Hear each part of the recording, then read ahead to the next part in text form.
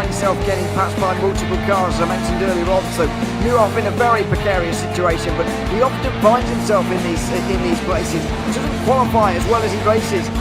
Up front, they are getting with Lee Aberdeen and Luca Varani, not very far apart at all here. But I just want to see how Alistair Haight deals with Marcello Kessler coming around the old hairpin.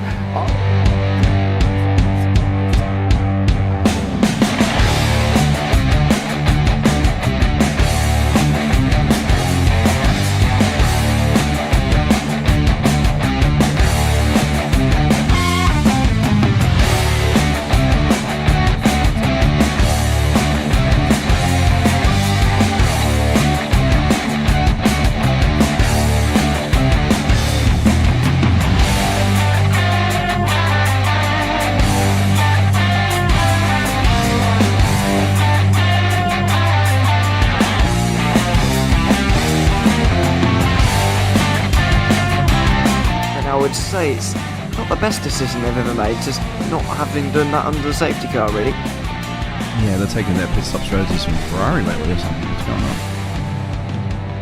going on? In turn one, just too much gas on them, too much feet on the down pedal, and unfortunately he's dropped him all the way down the order. But Philip Hammer is out in front by an 8.91 seconds.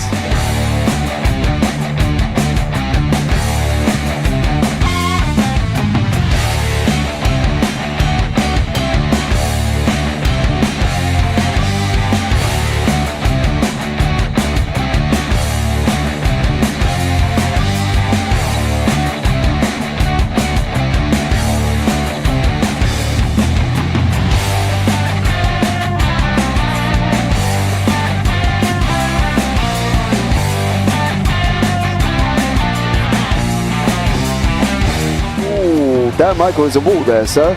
And definitely doesn't want to be hitting that earlier on as well. Difficult, the understeer is in the dirty air through that final corner because it's such a long corner and you get dragged off into the grass very easily. He'll have the slipstream down in towards the chicane. Peterson was briefly alongside, but that slipstream has saved him and kept him in third. Yeah, Varani now lost a little bit of time to Aberdeen, about half a second. Peterson is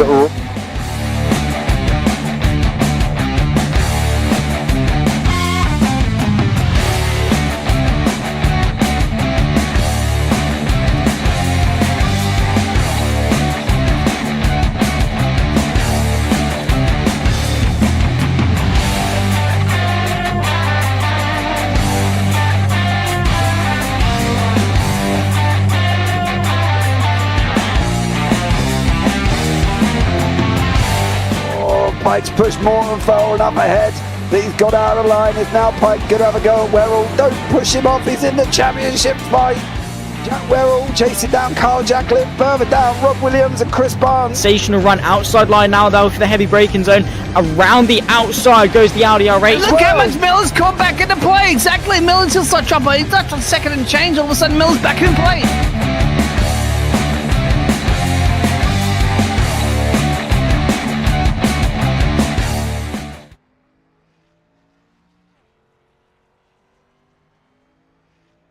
Good evening, ladies and gentlemen. Welcome to the Tennessee Storm Chasers 175 here in Triple Bypass. My name is going to be Bradley Dalton. I'm going to be on commentary with Michael David here at this 0.57 mile short track, and it's going to bring us 175 laps of some good action. We're jumping in the middle of qualifying here, a little bit off kilter. I'm not James Parfit, so I don't know how to time myself sometimes, but we're going to get things going and make things nice and pretty and happy and ready to go here. And of course, today's race sponsor is going to be Mr. Ryan Hyatt. Ryan Hyatt is here, and actually, is Ryan Hyatt in session? I don't see Ryan Hyatt in session, but thank you, Ryan Hyatt, for bringing this along. Let's go ahead and take a quick look at the scores and where they stand here as we go in. This is the Gen 4 series. This is the Sunday night series. And of course, there's racing Sundays, Tuesdays, Thursdays, Fridays, and Saturdays here in Triple Bypass. So if you want to get involved, be sure to check out the link in the description here. But as we look, it's a very,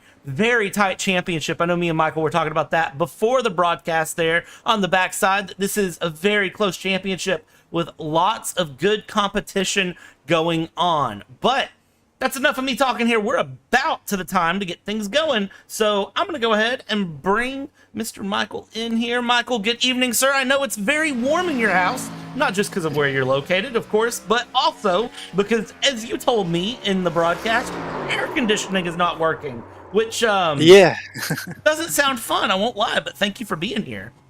well, I mean, I'm excited to be here. Might be a little hot under the collar, but probably no less hot than these drivers are. It's going to be an exciting night tonight. This is a rough, bumpy track, a very short track, and I'm honestly sweating here, but glad to be here at the same time. So I'm glad to get this going.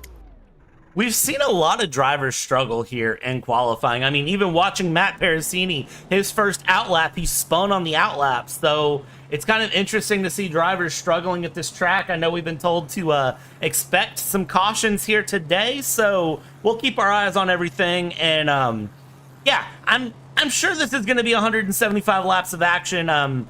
You and me saw a huge wreck in practice that just absolutely took everyone out. So we'll see. We'll see how things are affected as the race goes on here. We're waiting on qualifying to wrap up at the moment, and let's pull up the timings as it sits. And it looks like qualifying is about over and done and dusted. Let's reload this really quick so you can see a little bit better. That way it's not overlaying itself here, but qualifying almost done and dusted as we get ready through. Should be about a minute left. But yeah, let's kind of just, think about this track, 0.57 miles. It's real bumpy off of 2. It's a little less bumpy off of 4. And we've seen most of our wrecks happen off of 2. So I'm kind of not surprised by that a bit, to be honest with you. Yeah, the big accident that we saw there, that was coming down the back straight. So that was kind of a weird one. But yeah, I talked briefly to Matt Parasini before the broadcast, and he was explaining a few things about the track for me. Yeah, like you said, it's very bumpy all the way through, but especially coming off of turn 2. So expect to see these drivers struggle a lot with this Gen 4 car coming off at that second bank turn, coming down the back straight. I think we're going to see quite a bit of action. Hopefully not too many cautions, but be prepared for this to be a yellow-green race. Honestly, Triple Bypass is one of those leagues that it's always very clean through, and of course we just have a 13 car count, so these drivers typically know what they're doing, but it's a tricky pit entry. I wouldn't be surprised if we see some people wreck just trying to get in the pits here as it goes through. But checkered flag has fallen on qualifying now, and we will give it just a moment here to refresh, and then we'll pull up the standings and see where we're at as we get ready on the grid here. And surprisingly, it is not Matt Parasini at the top of the grid. It is Mark Herzog up at the top there. But Matt Parasini, look at that gap. Look at 0.000 the gap. I mean, is this Formula 1 qualifying? No, this is indeed Gen 4s. Brad Kress there in P3 with Al Corey and Ben Harkham rounding out your top 5. You got Mr. Jason Benson and JC John Campbell. He still owes me for Krispy Kreme. He owes me about $35 for Krispy Kreme at this point. I'm going to keep racking up that tab until one day he owes me enough to pay my car off. Naj Crutchley there in 8th place. Tex Nichols in P9. Sid Kasheshian in P10. Matt Harmon in P11. And from there, we're looking at P12. Patrick Swissell in P13. Ward Fisher, P14. Eric Laguise, Justin Bentley, and Cameron Kane. 16 cars on the grid. I think I said 13 a second ago, and if I did, well, I was wrong, so please don't hold that against me. Well, Bradley, you were actually correct there. The last 3 cars did not qualify, so you did see 13 cars on the grid, so you're not wrong.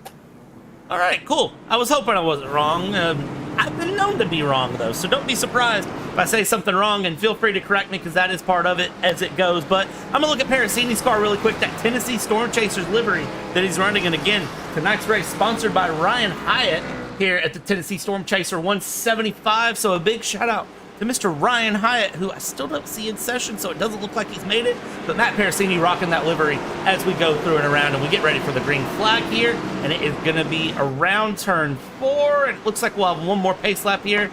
How do you survive 175 laps at this track? You got to be patient. This is not a very wide track, so you got to stay away from 3 wide as much as possible.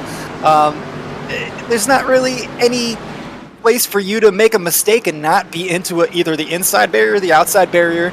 These drivers are very, very, very clean. They know each other very well. that being said, this is just going to be a tough night for everybody to get through, so patience is going to be key. Patience is going to be key, and I will tell you right now, patience is something that it comes at a premium here, but as the drivers come around, we're going to get ready to go green here for 175 laps. The green flag's out, and we're underway. Barney waving the flag, and we're going to get going very, very quickly here. And it is going to be Matt Parasini to the outside, Herzog to the inside as we go. Cress and Corey there in the second row, and actually I like Cress is on his own there. The third row is going to be Corey and Harkham. Getting it going here, down into 3, hard on the brakes they go. And you can see there that Herzog is trying to slide up in front of Parasini, wants to cut him off. Exits on the low side. Lap 1's done here with Michael. No surprise. Herzog qualified on pole, and he is going to be up in the lead, but it's going to be challenged for quite a while. Yeah, this race is far from over. It's nice to see that we got a good, clean start here. Everybody seems to be single file now, so they're coming together very nicely. There was no gap, literally zero gap between Herzog and Parasini there for our qualifying session. So I expect these two to be battling it out as we are seeing right now. It looks like Parasini's just underneath that rear bumper there, coming down into 3 and 4 now. So everything seems to be nice and smooth so far. Hopefully we can keep it that way for the rest of the night. And just as I say that, I was going to say that Parasini and Herzog are trading off halves of the track. Herzog is fast on the first half. Parasini's fastest on the second half. Let's take a look here real quick at what happened to it was Tex Nichols. Let's see what happened in the number 60 here. And this is going to be the exit. This is coming off at 2. You can see he's doing pretty well. He's into 3 now. And the back end just does not want to hold. It comes around and slide on his own. But the iRacing code is if a car is more than 45 degrees off on an angle on the racing surface and another car passes it, it's going to throw a caution. So that's going to be a caution every time, regardless of what you do. yeah, but he's lucky to stay out of the wall. Good thing that everybody was able to get around him. No damage to his car, no damage to anybody else. So unfortunate early caution, but no damage done. So we should be all right. Everything, yeah. Yeah, I think the big thing is that he kind of got away with nothing but a little bit of a bruised sort of, I don't even want to say bruised ego, but just sort of a bruised confidence probably early on. Lap 5 of 175 and you're already spinning through. I mean, you don't need to pit, you don't need tires, you don't need fuel, but that's just sometimes where it lands. Yeah, you do got to be careful with these tires, though. This is a very bumpy track, very abrasive. One of the things that Matt Parasini was telling me, it's definitely going to be a degradation night. So hopefully, I know Darlington, they had a little bit of an issue with the tire set, so hopefully they got that figured out for tonight. But this is still going to be a very abrasive track, so you're going to have to be careful with them tires. So obviously, Nichols doesn't want to spin. You don't want those flat spots, but lucky to get away with that one. Yeah, I think he'll be okay, and I don't think Tex has been in the pits just looking at the stat sheet here that we have. So he is just going to be rear of the field, not in the pits here, and will continue around. Looks like he's just fine and going as we get things buttoned up to get ready to go green again. The field coming through, and you can see the lights on the pace car off, so we are 1 to green at this time by. Very nice looking field we got there. 16 cars coming through. Like I said, unfortunately we had an early incident, but luckily everybody was able to stay clear of it, so gonna have a good race. And we get to restart and look at this. Look at Parasini and Herzog. They are side by side as they come through out of 4. And Parasini wants to squeeze them. Green flag's thrown, and Parasini does not get the run on Herzog like he wanted. Herzog had the jump there, and right away he goes, but Parasini's going to respond, trying to come up the high line here. Side by side, they go through out of 2. Herzog's going to try to shut the door, doesn't have the door to shut. And as they go into 3, we're back side by side. Parasini on the high line, trying to make it work, but the exit of the corner is really where Herzog has it. You can see they're 2 by 2, and as we come across, it is still going to be Parasini and Herzog side by side, and they're going to keep this up for a minute until one of them gets ahead. Yeah, this is great racing between the 2 leaders here. We saw them split their times completely in qualifying, so more and more to be expected, to be honest with you. But this is a great battle here, seeing Herzog take the low line and Parasini coming through on the high line. Not sure what happened with Herzog there. It looks like he had the lift. Yeah, he is fighting that car. I'm going to zoom in here and watch those hands. in the window as he comes out of 4. He is fighting this car. So he's got that car settled, and then he's having to really rip to the right to catch it. Especially out of 2, that's where I'm really noticing it. So if you watch him here, I mean, he's going, and then coming out of 2, he's having to put in a bit of that sort of counter steer, we call it. Turn to the other side. He's not having a good time with it, but he's trying to hold on here. But, you know, now he's dropped down to P3. I think he's going to just have to settle in for a bit of a long run here. But I'll tell you what, Al Corey wants to have a move up the inside if he can find it. Yeah, I'm not sure if maybe there's a suspension change he can do there, but you really don't want to see that much overcorrection on these asphalt cars. You see that all day long on the dirt. Obviously, those cars are made to go sideways, but you really don't want to see too much of that correction going through these turns, especially with all the bumps. That's got to be really tough for him. He had such a great qualifying and just such a great start to the race. See him have to lift off there and have so much trouble coming off of the banks. I wonder what's going on, but it looks like he settled down quite a bit now, starting to pull back in with Kress, able to kind of keep Corey at bay there, but Pericini out front there by about 0.6 of a second. Seems like he's kind of relaxing a little bit.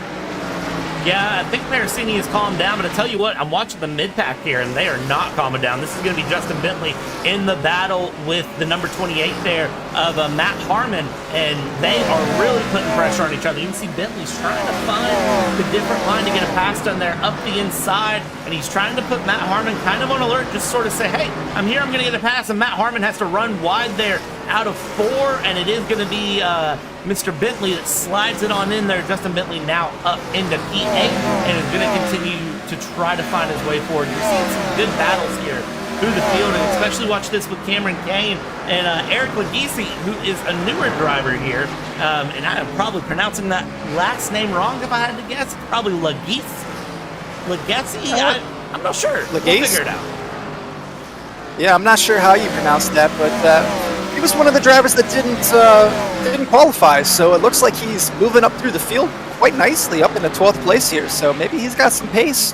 Nice to see new drivers come to the field. I know at Triple Bypass always loves having new drivers on the field, so it's really nice to see a couple of those new drivers here. Yeah, Triple Bypass, you know, they like new drivers, and they even, you don't mind letting the commentators race every once in a while. When there's streams that we're not, or when there's race nights where there's not a stream, I've raced with them a couple of times. I raced with them when they ran their off-week special of the Indianapolis 500, and I ran with them when in a couple of Gen 4s. My name is way down at the bottom of the leaderboard here in Gen 4. I think like E32 on the leaderboard, if I remember right, because I ran a Gen 4 at 08 Atlanta on a Sunday night. I crashed my car about 6 times, but, you know, the guys were cool about letting me run, giving me tips. They didn't mind that I was off the pace. I had a moment where I bent it in the wall trying to stay out of the way, and they kind of talked to me about what I did wrong and helped me sort of know to, you know, in the future, like, hey, if that's where you're at, this is what you need to do. So that way you can race like Teats guys, John Campbell and Matt Harmon. Matt Harmon running up the inside of JC there and gets the pass done and is now going to be up into P8 there. Yeah, this is great battles through the midfield here. Pericini still only a half a second up, so he's not cruising away to victory. That being said, these battles in the midfield are just getting tighter and tighter. It's really nice to see these cars just so close, able to trust each other with so much, you know, concern when it comes to grip at this track. So any bump can send that rear end sideways. These are not easy cars to drive to begin with. Oh, and there's another flag. And we'll see what that one was for. I'm not sure off the top of my head. We were just getting some battles winding up here in the mid-pack. Even though Pericini's trying to run away with it, the mid-pack was going, and we got our cue here of what happened. Patrick Swisshelm, it looks like, got a little loose. I'm guessing off a 4, tapped the wall and just got a little too slow. And he was trying to get out of the way, and it threw a caution. I'm actually going to do something that I don't like doing here, and James might yell at me later for it, but we're gonna rewind this back a little bit, and I'm gonna see if I can tell what happened to him a bit more here. And go back, and exit. Yeah, it looks 4. like he just lost the. Boom. Yeah, just hit the wall and. Oof. Yeah, that's the problem with this car is it's very, very easy to lose the rear end as we see quite a few cars come down the pit lane. Yeah, Al Corey's in the pits here. Jason Benson, Cameron Kane, Sid Kasheshian, Naj Crutchley, are drivers who have opted to go in the pit lane. They are going to go ahead and take one of their sets of tires. They're going to go ahead and take a fresh setup of fuel and get things going. And notice that, Parasini's still out there. Brad Kress is still out there. Those are drivers that have decided they're not going to go ahead and pit, which I'm a little surprised by. But just remember, from P11 back, have all been in the pit lane now. So when you start seeing Al Corey make moves up the field on fresh tires, just remember, he's on fresh tires, but he's given up a set of his tires here on lap 25 of 175. Still many laps to go, and if I can do my math, it's 124 to go now that they've crossed the line.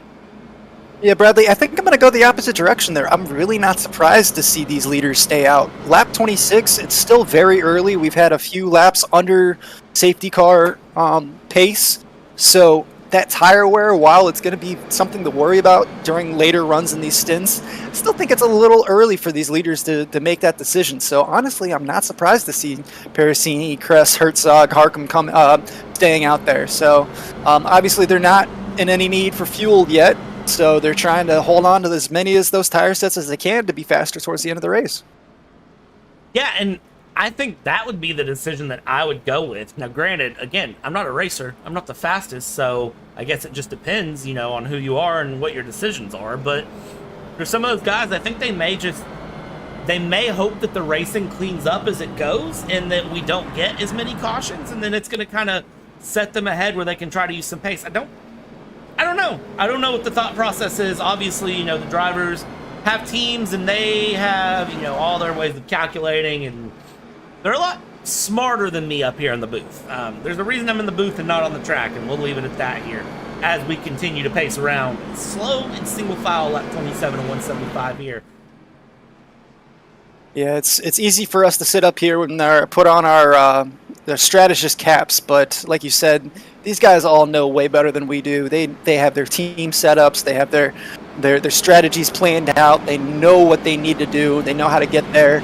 So, I mean, I think it's probably wiser to just kind of settle in at this point and just try to last as long as you possibly can on that first stint, just because it's gonna save you later in the race. But like you said, these guys are out there on track, we're up here in the booth, so there's a reason for that.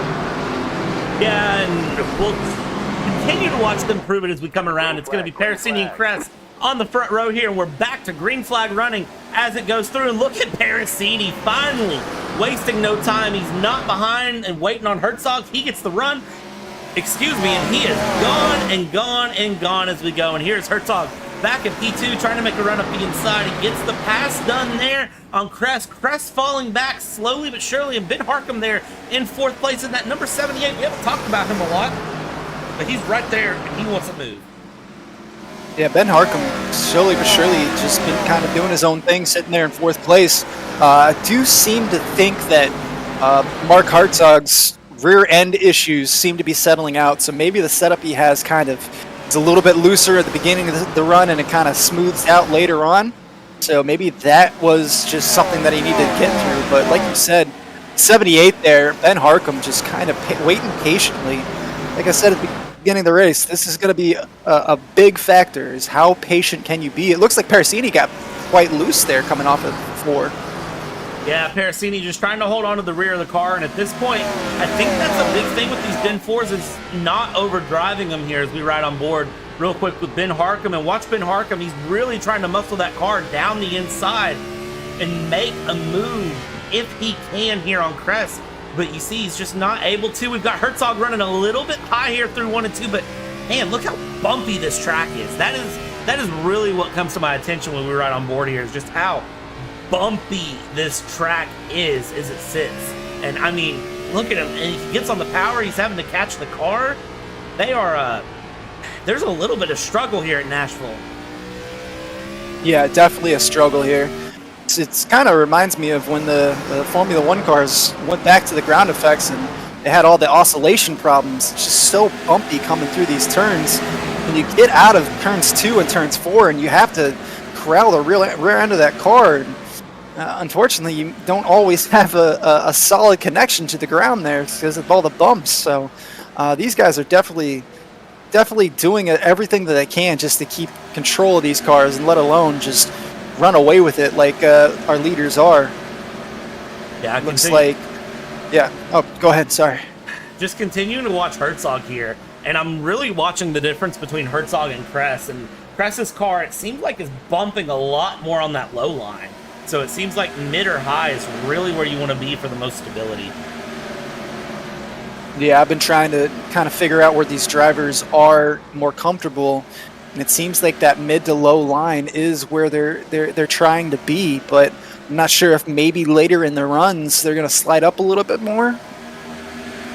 But they're kind of staying a little low right now, to be honest with you. Yeah, I wouldn't be surprised if we start seeing people try different lines as the race goes on, as things happen. I will not be surprised if we start seeing people try mid-line, high line, as opposed to the low line going through. Still watching up here at the front. I mean, these guys are pretty stagnant where they're at, but back in the mid-pack, Ben Harcum has just dropped from the session and dropped way down the leaderboard. I don't think Ben Harcum is still here, so it does look like we have lost a driver, and that is a connection issue. It's not the way you want to go out, ever. No, it's always frustrating to have connection issues in iRacing. You know, seeing somebody drop out like that, that's just gut-wrenching. He was having a very solid race there, and all of a sudden he just started tumbling down the timing tower. So, not sure what happened, but it looks like it was definitely a connection issue. So, but in real racing, you always are going to have engine failures, going to have part failures here and there. So, theoretically, it is kind of lifelike to have an issue like that. Yeah, it does. It gives that little bit of realism to it that you wouldn't have otherwise, which, you know, some people are like, oh, I want mechanical failures coded in, I want this and that coded in, but, you know, sometimes you just contend with internet power and PC failures, and you get the same thing here as we watch the 037 of Mr. Cameron Kane go down the inside of Justin Bentley there and get the pass done. Very, very good pass up into P6 now, but look at the gaps here on the towers, and caution is out as Eric Legacy has now crashed, it appears, here, lap 43, and let's see if we can see what happens. 67 goes up the inside, is trying to hold on to it, snaps a little loose, slides up. This is on 2, is holding still, and I have more trick. Oh no! Ooh. Oh, That's not what you want to see. well, let's ride on board with Tex here really quick and see what happened on his side as we go through. This is going to be coming out of 1, 2. You see, he came right. I think he was expecting him to back up, so he tried to bring it back left. The 67 stopped. Not a lot you can do at that point, and that is a couple of drivers out. And while they're doing that, everybody's taking advantage here and going in the pits. And Michael, what do you say we have a chat with one of these drivers? Yeah, go ahead and bring one in. Parasini's through. Let's grab Mr. Matt Parasini. Hey, Matt, it's going to be Brad and Michael in the booth. How do you copy? I got you guys. So, how's the track feeling? Car is very on top of the track. Is that good? Is that bad? How are we liking it?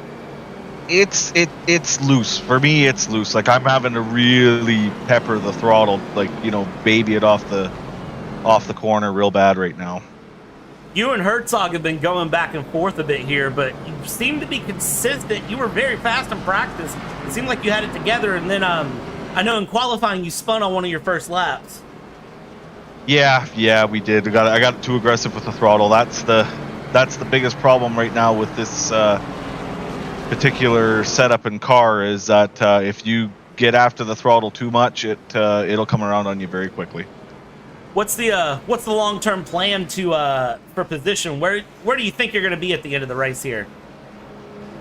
Well, right now, that was just kind of at the point where I wasn't really sure what the tires were going to be like, so I decided to come in, get my set, just see where they are. It was a little bit earlier than I wanted to come in, but we'll see what happens. Track position is going to be very important tonight, I think. Yeah, it does seem like Matt, how was your degradation there on those tires for that first stint? I know you said it was a little short, but how was the degradation? In actual fact, it was pretty good. I think I was like 91, 90 on the right side, so. It's not bad, actually. So, No, I've been taking care of them. Yeah, and Matt, looks like we're one to go, so I'm going to drop you back in, and good luck, sir. Thank you, guys. All right, so tire deck isn't too bad, actually. No, not at all. 47 laps in. He's only having 91% there. We've had a few caution laps, obviously, but still, that's pretty solid. They'll be able to, with that information, he'll be able to extend the second stint quite a bit, I would assume. Yeah, wouldn't surprise me a bit if he extends out the second stint. Hopefully, if we don't have a lot of cautions, but we'll see what happens here as we get going. It's going to be Herzog ahead of Corey. Al Corey up in P2. That's a name that we haven't said too much tonight, except for he took an early pit stop, but you see he is heavy on the brakes going into 1 and 2 there. Al Corey is going against Mr. Cameron Kane on the inside. Matt Pearcini there in 4th place. As we go down into turn 3, Al Corey to the outside again. Cameron Kane to the inside. Who can get the run here? It seems like the low line is really where you want to be on corner exit, but Al Corey is showing some good pace here as we get going. He did not pit this last pit stop cycle, so we'll see what happens. And Mark Herzog still hasn't pit, just to bring that up into attention as well. But as they go through here, we're now 2 laps past the green flag, and finally Al Corey slots it in.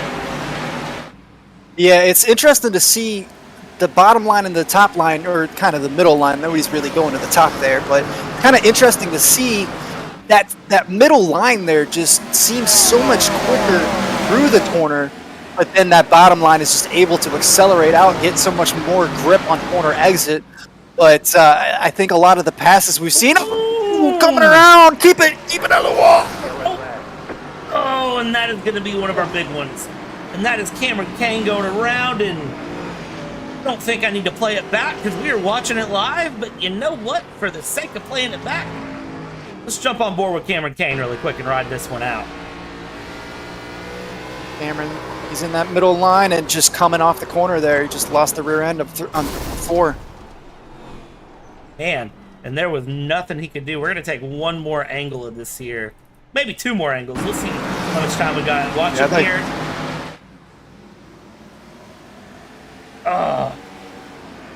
That's a little contact there. Be interesting to see a view from the 84 there. Ward Fisher just somehow gets away with that one. Let's jump on board with Ward here and watch. You see the spin start ahead. You come around, you come through, hard on the brakes, hard on the brakes, hard on the brakes. Oh! I think that was one of the lucky internet codes there. You know, a lot of times that'll go the wrong way, having a little, what's the word I'm looking for? The code. Netcode, I think. Yeah, there you go. Netcode. Sorry. Yeah, there we go. Yeah, that actually went the opposite way. Generally, you see netcode come through, and it doesn't work very well for you. But I think the 84 there of Ward Fisher got quite lucky with that one. Yeah, Ward Fisher, certified code Brown moment, that's for sure. So, but yeah, that was a heck of a spin there from Cameron Kane, and I think it's safe to say Cameron Kane's having a not ideal day now, and we'll see where Cameron Kane comes back out. Currently in 14th place, but I'm going to imagine that drops as we go around here. Looking through too, look at Al Corey in the lead, and Al Corey is one of our drivers who pit lap 24, and I just noticed that Mark Herzog is just now getting into the pits, so we'll see Mark Herzog still sitting stationary, car going up and going down and around, so it looks like he may have taken a fast repair there, depending. I didn't think he'd been involved in anything really, but you know, all right then. And he comes back out here. Mark Possibility Herzog. that he had a little brush against the wall that we might not have seen or something, knock a little bit of the alignment out. That is possible. That is a very good option for what could have happened. I'm not sure. We can ask him here in a little bit, but I think we're getting ready to be back 1 to green, so I'm not going to pull another driver this caution as we go around. But Al Corey here in the lead, but he's got Perisini to the outside, and we know Perisini is a hungry driver. I probably would not want to have Matt Perisini on my outside if I'm Al Corey. Yeah, but the only good thing there for Al Corey is that he does have that inside line. He is going to be able to accelerate just that split second quicker and have just that split second shorter of a run down in turn 1. But I got to agree, we've seen how quick Matt Perisini has been tonight through qualifying and then throughout this race. So Not exactly the guy that you want to see outside on your opening lap here. Yeah, no Parafini pirouettes have been given tonight, but I'm sure we might be in for some. Paracini hasn't given any pirouettes, but plenty of drivers have. And I'm sure there's more to come here. So we're like 56 and 175 pacing around. It's going to be just a couple corners to go, and then we're going to be back green. The pace car there in the line, and is going to peel off hard to the left-hand side to get into the pit lane. You see there the entry to pits. Very tricky. No green flag stops yet, and I'm sure some of these guys would be fine with it. And here we go. Green, green, green. We're underway. Al Corey takes off running, and here we go into 1 and 2. Al Corey hard on the brakes, though. He's braking harder than most of these other guys, trying to get the car rotated. And Matt Paracini says, you know what? Thank you very much. I'll take the outside line, and I will go ahead and take the lead. And now you've got Brad Kress there, who said, okay, Al Corey's going to brake, and I am going to try to take advantage on the inside. But Al Corey settling up to the inside. He bowed that car up into turn 1. Yeah, that was a great start there by Paracini. I'm not sure why Al Corey had to slam so hard on the brakes there, but it really compromised him and just gave the absolute run of his dreams to Matt Paracini there. So already out to 7/10 of a lead, 7/10 of a second lead, 8/10 of a second lead there. As we see Kress coming down the inside, getting past Al Corey, coming through here through turn 3 and through turns 1 and 2. So Kress up into second. Corey started the restart on first and already back to third. Matt Paracini almost out to a second lead there. Yeah, and a big lead at that as it goes. Kress is going to try to catch up, but I'm not sure what he'll be able to do here. So watch out, Corey is just going to continue to drop down the field and just fall down here. His next problem is going to be Mr. Jason Benson and then JC John Campbell. Chris McCreen there in the background. As it goes, we'll see, but I think Al might be pretty stationary here, but I'm looking at the last lap times. 18.77 Al Corey, 18.84 Jason Benson, and we've got Ward Fisher here who is trying to fight and is just falling down a little bit further here. That's Herzog up the inside. Herzog is just now taking his first pit stop and his first set of tires here, and he looks very, very feisty as Mark Herzog as he goes through. Yeah, that was a 2 for the price of 1 there. He was able to get past both Fisher and Crutchley in turns 1 and 2 there. So that was a very nice move as we see the 28 going sideways there, and we got another yellow flag coming out. And that was Matt Harmon, and look at the front end of that car. The front end of that car is just absolutely cooked. Let's get a quick replay there of what exactly happened to him. This is him coming around. He already had front end damage, actually, as it goes through. And you see he's going to spin a little bit and just straight to the inside wall. Nothing you can do. Hold the brakes, gets the car back around, but that car is having a very, very bad day, is it? Yeah, we can only hope that he saved his quick repair, or his fast repair there, so hopefully he's not down for the count, but that front end is not looking too happy. It's definitely seen some better days, and lo and behold, we're going to have another restart with Matt Paracini on the front row. We are indeed, and while we do this, give me 2 seconds. I know there's a little bit of lagginess in the stream. I'm going to cut to the thumbnail for a second, change one quick setting, and then we'll be right back.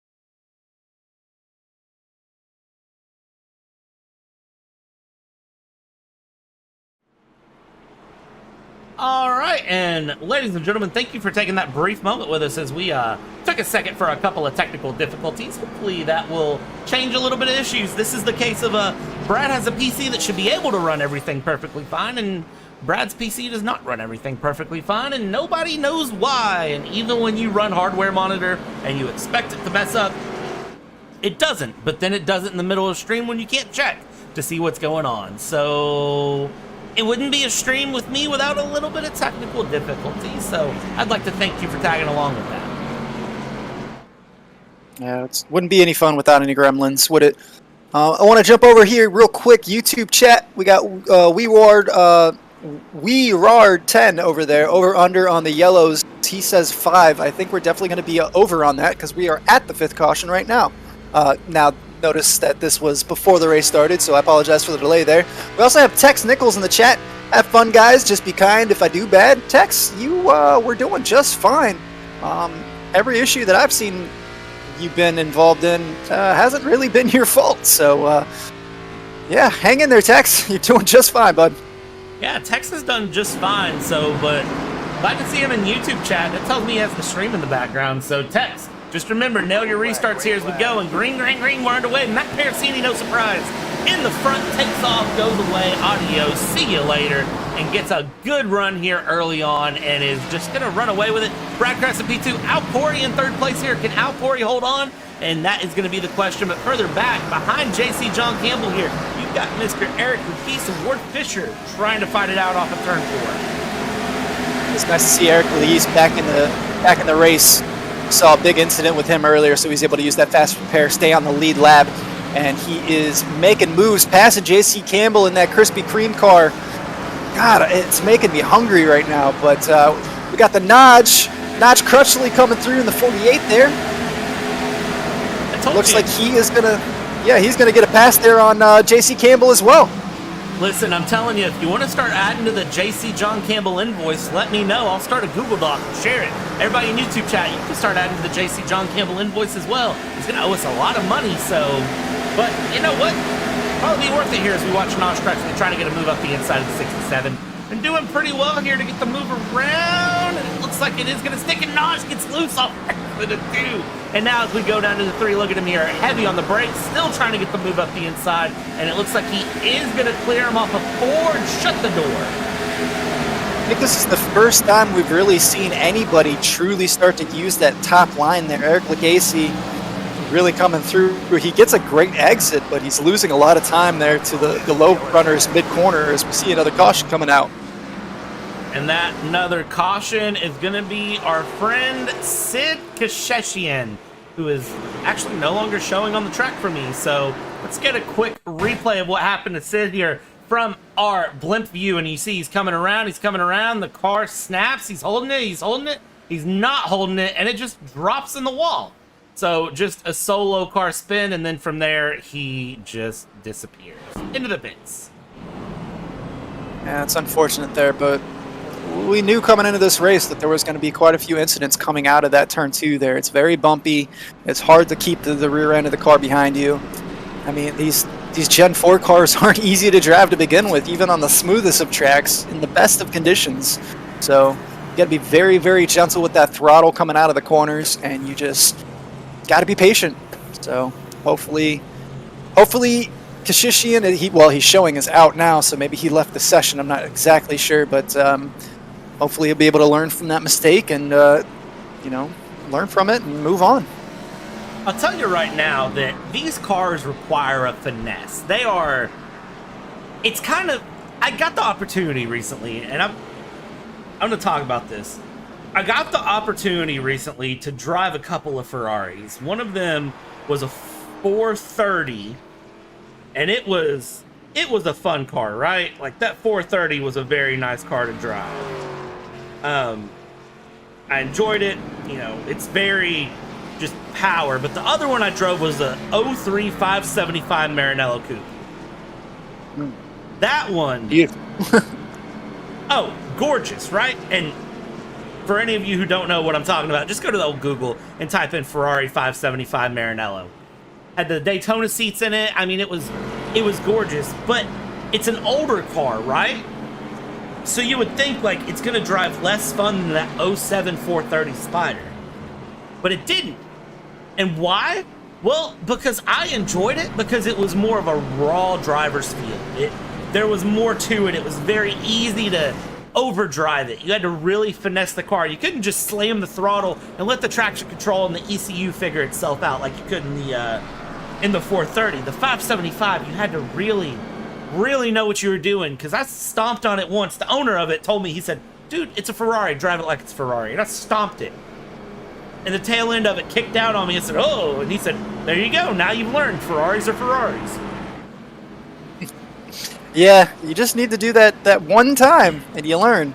You say, all right, I'm not going to do that again. I do want to point out real quick, Mark Hertzog took that late pit stop, was back in the middle of the pack, all the way back up into third place right now. We're going to see him start this restart right behind Matt Parasini.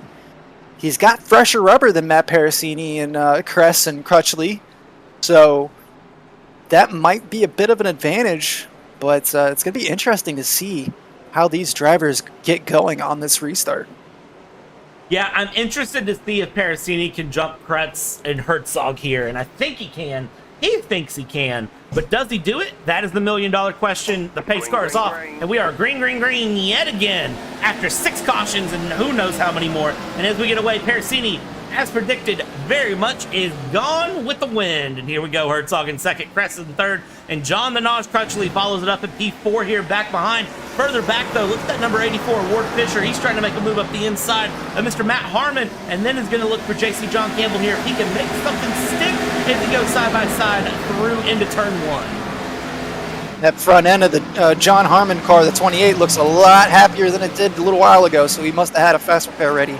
So that's good to see for him.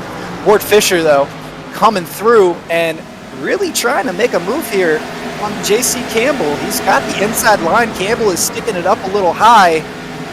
So it looks like he's going to be able to get side by side with him within the next 2 or 3 laps or so.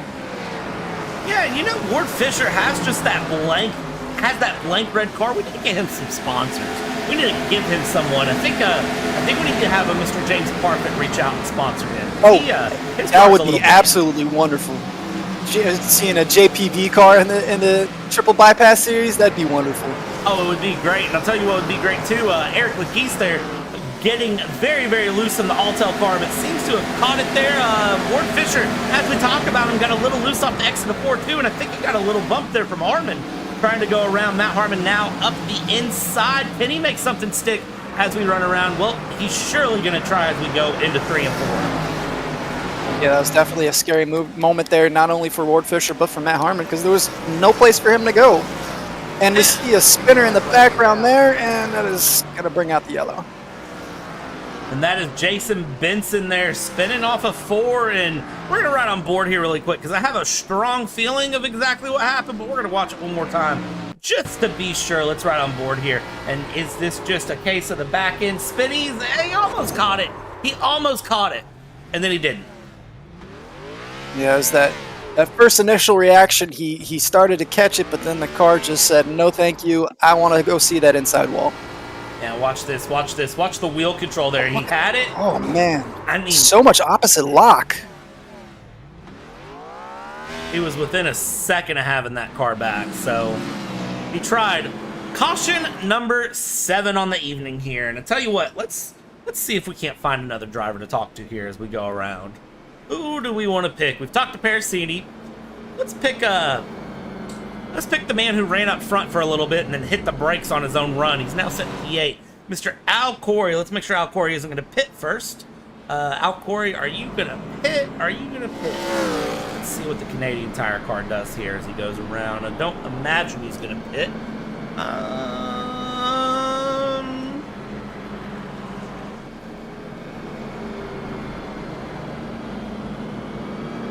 Staying out. Staying out. Well, some people are diving in. He's staying. That's Ben Harcum diving in. So yeah, let's grab Mr. Al Corey. Al Corey, sir. It is going to be Brad and Michael in the booth. How you copy? Got a copy, guys. How are you? We are doing good. How is the race treating you? You've been up to the front. You've been to the back. You've been everywhere in between. Yeah, good. It's been good. I'm trying to do opposite strategy from the front runners, so I've been pitting off cycle a little bit, and hopefully it'll pay off. But I do not have the speed that I see out of Parasini, Herzog, and Kress, so I'm looking for a top 5. I think a top 5 would be good for you. I gotta ask, because it seems like, so on the restart you were up front with Parasini, and then it seems like you just don't have the same rotation through 1 and 2 that they did. It seemed like you almost hit the brakes a little bit. Am I reading the car wrong on that? I think maybe they're getting through the corner a little quicker and using a little more tire than I am, so I may appear a little slower mid-corner or on exit, but I don't know. I'm not entirely sure where their speed's coming from. I suspect it's being a little braver off of the exit of the corner. I may not be as brave as those guys are, so yeah, could be some of that. I'm not sure. How's your tire wear going? Oh, yeah, go ahead. No, go ahead. You're good. Yeah, I just was interested in how your tire wear is coming along so far this race. I know you said you're pitting off of, off kilter from everybody else. I'm just curious what your tire degradation situation has been. It's not bad. Like, I think 20 laps I was 97 or 96, so it's really not falling off, and I don't see a huge tire advantage with new tires. So my strategy is probably going to fail, but yeah, we'll see what happens. But yeah, tire wear and fall off doesn't seem to be a big thing. Awesome, Al. Well, good luck, man. We're going to drop you down real quick so you can go green. Thanks, guys. All right, here we go. Getting ready to go green yet again, Michael. And tire deg is not an issue. No, not at all. But we are seeing quite a bit of an issue with the rear of the cars coming off the corners, and Parasini getting a great start there. Herzog is holding on, but man, that is just every single time Parasini gets the chance to lead us off, he is just gone. Herzog demonstrating a very, very big issue with the rear as he slides out of 4. Oh, and he catches it. No, he doesn't hit the wall, but it's still going to be a caution as we go. Oh, just putting a bit too much in the car to try to get around. And where is it going to score Herzog for when the flag came out? That is my question. That is the question. Where is Herzog scored? He had a great run coming out of that corner, though. So, I mean, it's rough to see him go around because he was really putting it to Matt Parasini on that second lap there coming out of the caution. Man, he spun the rear a little bit on that last race restart. I'm actually going to go back because I want to see it again, that last restart. We saw what happened to Herzog there to bring the caution. Watch the rear of Herzog's car on the green right there. You can see that rear end just gets a little bit kicked out, and it may not have been as obvious from that angle. Let's bring it to a different angle here. So you come through, and it just shows me that even though tire deg isn't an issue, again, these Gen 4s are tricky. Look at him, he snap the car back up there. Yeah, that was a huge moment there coming off the restart. And it looks like Herzog will be scored in P12, tail end of the line of lead lap cars. So, not surprised to see that. I'm trying to look to see if anyone pits. I don't see anyone going in the pits right now, but of course the leaders are just now coming around 3, so we'll see if anyone decides to dive off there into the inside line. Well, we know, was it lap 46 that Matt Parasini went in? We know that he was looking at about 91%, so we've just about doubled that. I think we still got a little bit of ways to go before we see Parasini at the very least coming back in. So I think I would not be surprised to see him push it out to lap 110, 115, maybe even lap 120. Try to get to the end of the race off of that. Just one more pit stop. Yeah, and remember, the more cautions we have, the more calm everything gets in terms of the worry about tire wear, because you're not putting load in the tires through caution laps. It's literally just you're pacing around as it sits, as the cars come through, so you're not going to have much of an issue as it stands here as the cars come around and come through, and, you know, just calm pace laps. Don't put anything on the tires that you don't need to. Not only that, you're able to conserve so much fuel and not have to worry about that as much towards the end of the race too. That's going to save you a little bit of time on your pit stop as well. So yeah, these caution laps although not the most exciting as far as racing goes, they definitely help with the strategy, especially on a tough night and a tough track like we're having here tonight, Nashville. Yeah, and the thing is, not every race is going to be nice and smooth and beautiful, right? You're going to have those races that are a little bit rougher on some than others, and I think Nashville itself is just a challenging track to begin with, so it kind of adds to that little bit of... I don't have a good word for it. It adds to that little bit of challenge that you're going to see as we get the lights off for 1 to green. Expect to see Matt Parasini take off here. Brad Kress, very, very solid night, sitting there in second place. Not really worrying too much, it doesn't seem. Obviously, Parasini's getting those monster starts and just kind of running away, but aside from that, Brad Kress just seems to be settling into a nice, solid race here. I'd be very surprised unless something crazy happens to see him anywhere outside of the top 3 at the moment when we come to the end of the race. Yeah, and as we go back green, Brad Kress currently sitting P2 there. And again, Matt Parasini takes off, no issues. Brad Kress second place there, slides along. You're really not going to see any battles until you get back here to Matt Harmon and JC John Campbell, who are making moves around. And then you've got Mr. Justin Bentley there, the number 16 on the outside. This is going to be your battle back for P6 as JC John Campbell doesn't seem comfy out Corey. For someone who said he was slow, he's got some pace there. He's going to look up the inside of Mr. JC John Campbell, try to get this pass done through 1 and 2. Yeah, John Campbell does not look like he's very comfortable off of that restart. It looks like he's starting to get the car under him a little bit now, but that restart was very, very, very sketchy for him. Losing a position and then almost losing a second position there to Al Corey. Yeah, but it does seem like he's gotten the car back under him, as you said. Sometimes it just takes a second to get going, especially after you're pacing that slow. It can take you a moment just to sort of remember and say, oh yeah, this is what I'm doing, this is where I'm going, as we go through and watch this Jason Benson battle here with Herzog. Herzog there trying to make a run up the inside. He's going to want to get this pass because Herzog wants to try to work his way back from the back of the field up forward to the front where he's been running. He's been challenging, he's been consistent, and he's just off on a strategy game. Everybody's on a slightly different pit stop strategy right now is the other big thing I'm noticing. Yeah, the one thing we do know about Matt Herzog is he's able to move through the field. He's already done it once, albeit on fresh tires. But we know that tire degradation isn't that big of an advantage. So we know that he's just moving up through the field just simply on pace alone. So I would not be surprised to see him up there in a few laps. It's going to be a challenge, but as long as he can keep the rear end underneath of him, he should find his way back up through the field pretty quickly with no issues. Second and a half is currently the gap between Kress and Crutchley. And then you got Crutchley who's got Harmon right on the back of him there as we go. These guys are continuing to challenge very, very quickly. Matt Harmon looks very quick there in that number 28 in that Harmon racing car and is continuing to pressure. Gets a big snap off it too as soon as I open my mouth. And he manages to catch it. Very good move. Herzog now is past JC John Campbell. Herzog up to P6. Needs to get past Ward Fisher up into 5th place. And at the rate Mark Herzog is driving, I would not be surprised if that comes sooner rather than later. Yeah, he's just got unbelievable pace right now. Just seeing him fly through the field, not once, but now twice.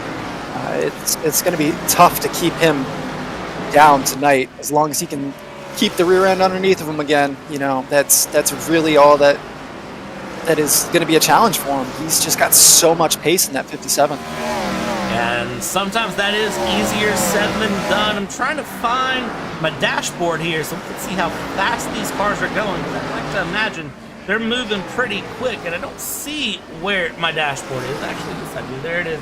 So 117 miles an hour into that corner is Mark Herzog.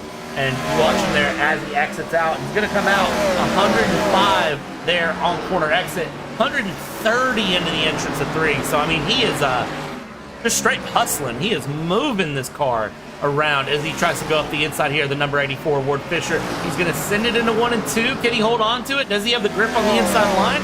Well, it would appear so as we go through and exit out. As we go into turn 3, you see him there. He's just enough ahead that I think he can stick in. Al Corey might want to have a taste of that as well. 2-for-1 special, and caution is out. I'll have to see where the timing was with Al Corey there, but he was definitely making that move up there into Ward Fisher as we see. Try to get a glimpse of what exactly happened. Looks like Justin Bentley here in the number 16. He was just outside of our camera shot, but it looks like this is what's registering for me, and just a slide in the... Ooh. That was a very interesting hit. Haven't seen a car snap like that all night.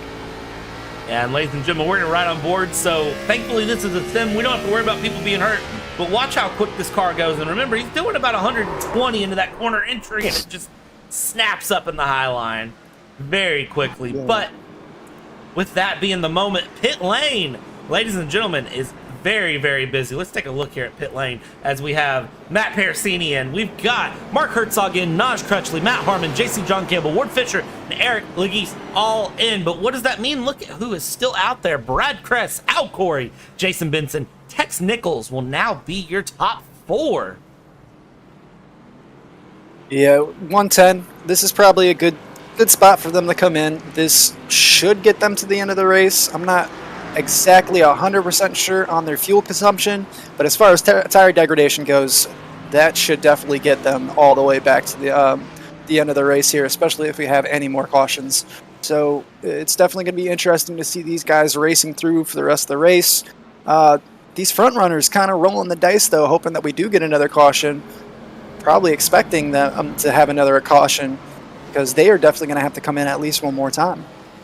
What is up with the front left corner of Al Corey's car? Do you notice that hood buckled a little bit, or is that just me seeing that? No, I've been seeing that for a little bit. I'm not sure if that's just prior damage that he just hasn't fast repaired, or maybe he's out of fast repairs and just, it's not really hurting his pace too much. He seems like he's having a decent run coming through the corners, so it doesn't seem to be hurting him that much, but definitely does look a little misshapen. Yeah, it looks like he's done something there. We'll have to ask him about it later and see what happens, because again, at this point, he's P2 on the day, so he's sitting very well as we come. We're getting close to that 50 lap to go mark. We will be at 60 laps to go here, probably when we go back green as it sits. So up 112 of 175 here on the table today. You can see there, I love the back end shots of these Gen 4s because it really shows you how skewed the cars are.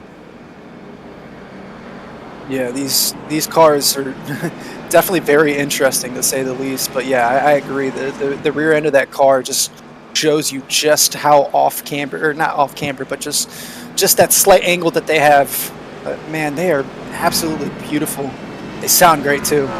They do sound very, very good. And as we get the sign for 1 to green here and the cars are coming around, we're going to get our grid put back together. Still double file restarts, which I love. I love the double file restarts here. And I'm glad to see that those are still going. We haven't had the case of caution breed caution. We've had the case of just the back end of the car doesn't want to stick to anything. So as we come around here on the entry of 3, look at how much that tire is sticking out on Al Corey's car. That's really what catches my eyes as we get ready to go green here one more time. The cars come around, and it is going to be green, green, green is called there. I saw the run from the 84 back to the background there of Ward Fisher, but as they come across, we see Brad Kress gets a very early run. Al Corey is going to send it through. He seems more confident later in the run than he has been there, with Benson and Crutchley there in 3rd and 4th respectively. But look at Matt Parasini and Matt Harmon that are going to be battling there as we go through in 4. And look at the run Parasini has on Notch. He's loose off, and he's going to hold the brakes, taps the wall.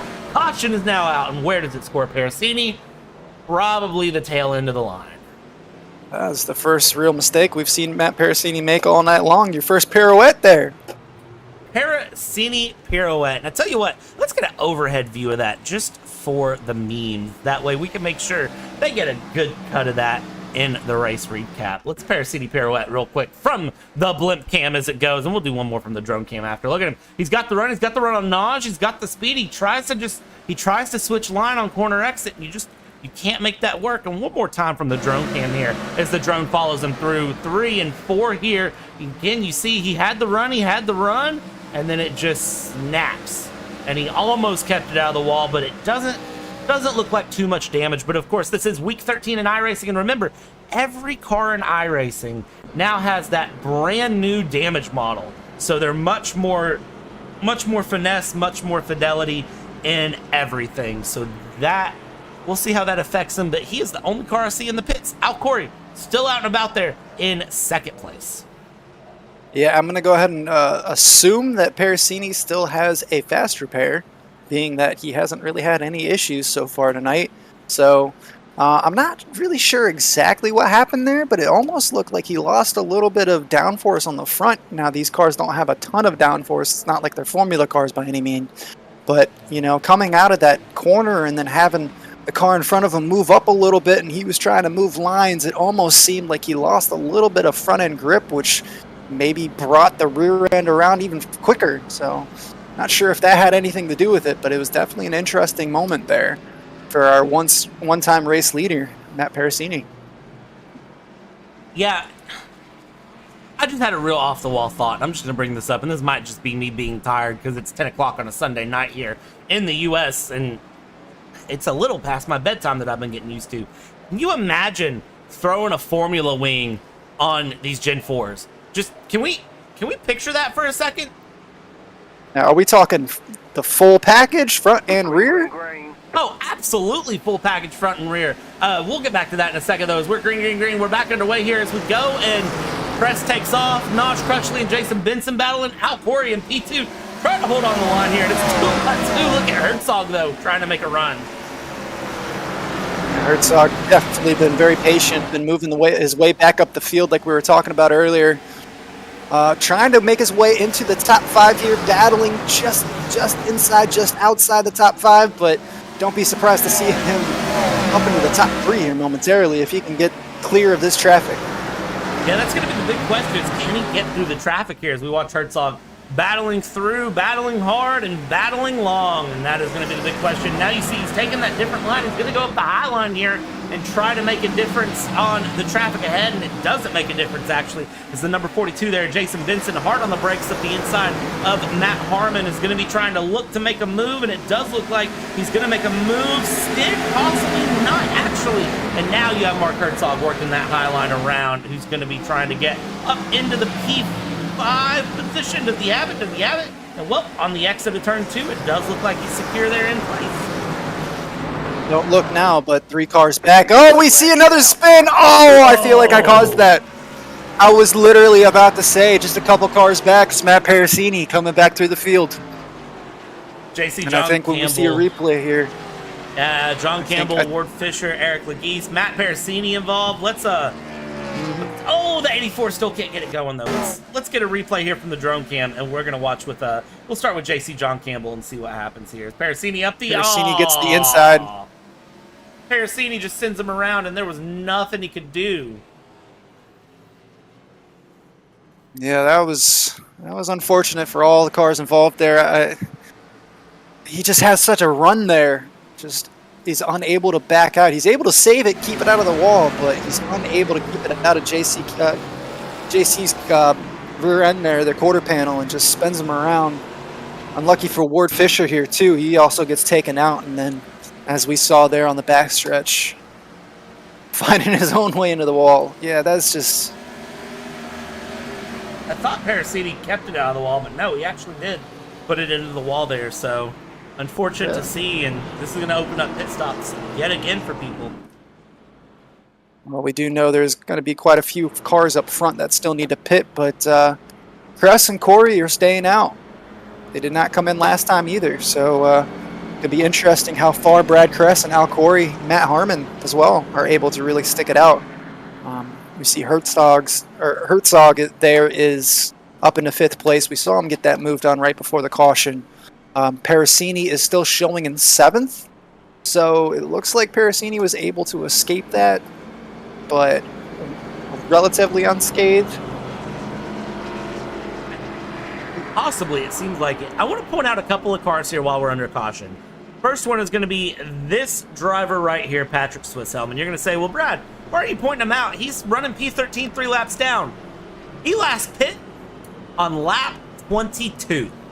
That is the last time this car saw the pit lane. And he's still out there and running. So that tells me a lot. And I'm going to point out our leader, Brad Kress. Brad Kress' last pit stop, lap 43. So, plenty of drive left to give in this car, and plenty of drive for Brad Kress to still give. And we've seen the way he's been driving. He's been doing pretty well. So we'll keep our eyes on those two. But yeah, Patrick Swisshelm last time in the lane, lap 22.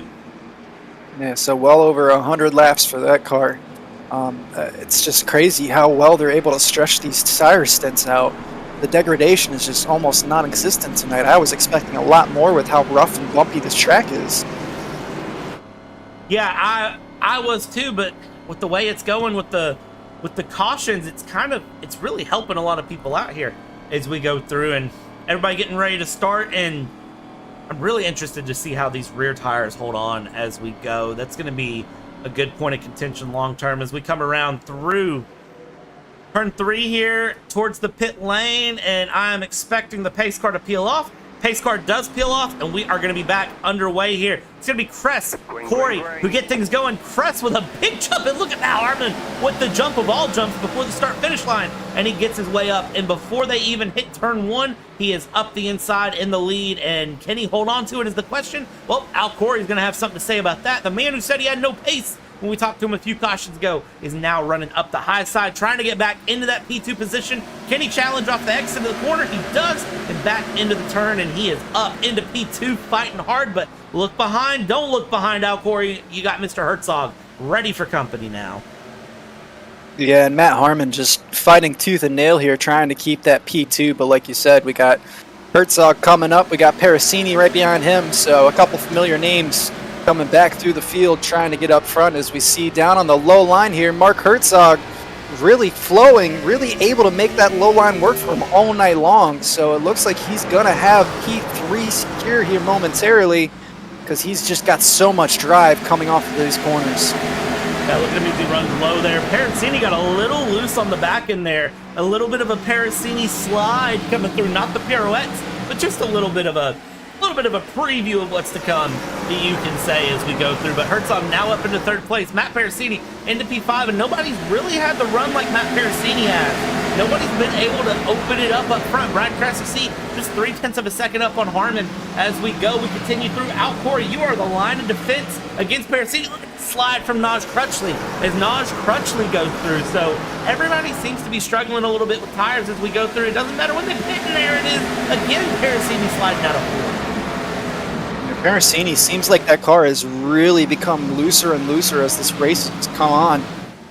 Earlier on, he couldn't put a step wrong, and we've seen quite a few instances where that rear end just doesn't want to do what he's telling it to do. So I'm not sure if maybe the setup that he has, just the longer through the stint, it just kind of gets looser. I'm not really sure. We'll have to ask him that later on in the race, because I'm sure we're going to get another chance to talk to him at some point. But right now, settling in here in 5th place, trying to make a move on Al Corey, and that's allowing Mark Herzog to kind of get away and chase after Matt Harmon and Kress up front. Yeah, and as they battle there, you see Naj Crutchley, Cameron Kane, the number 67 of Legis, and Fisher are all battling 2x2 here. As Cameron Kane gets a little slide there, as you see, and Fisher's trying to get in the mix. Naj is trying to run a little high here as we keep it moving and grooving, and Cameron Kane with the slide up into the high line and gets his way up into that P6 position now. And can he hold on to it? That is the million-dollar question that I don't have an answer to. Yeah, this has been a very, very, very nice run here for Cameron Kane, as we see Legisi getting sideways, and that's going to trigger another yellow flag. I think, Ward Fisher got caught up in that too. Ward Fisher has just been the beneficiary of some very bad luck tonight, so my heart kind of goes out for him. Yeah, and you see this is just a spin. There's nothing he could do to avoid that. We'll ride on board with him here, but I'll tell you right now, there's nothing that Ward Fisher could have done to avoid that. Watch this as we exit through. You see they're battling hard. They're going through. The 67 snaps a little bit, and you see he hooks it right, trying to hold on. There was no space to avoid that, and unfortunately for Ward Fisher, that might be his night over. That is a heartbreaking situation to find yourself in as we get back going here. Man, that front end of that car, I tell you what. Yeah, looking at that replay, you might say, well, he had a little bit more space to go up top there. Well, it was such a bang-bang incident, and if he makes any jerking motions like that towards the top, you're going to lose the rear end of this car. This car just fundamentally is extremely loose.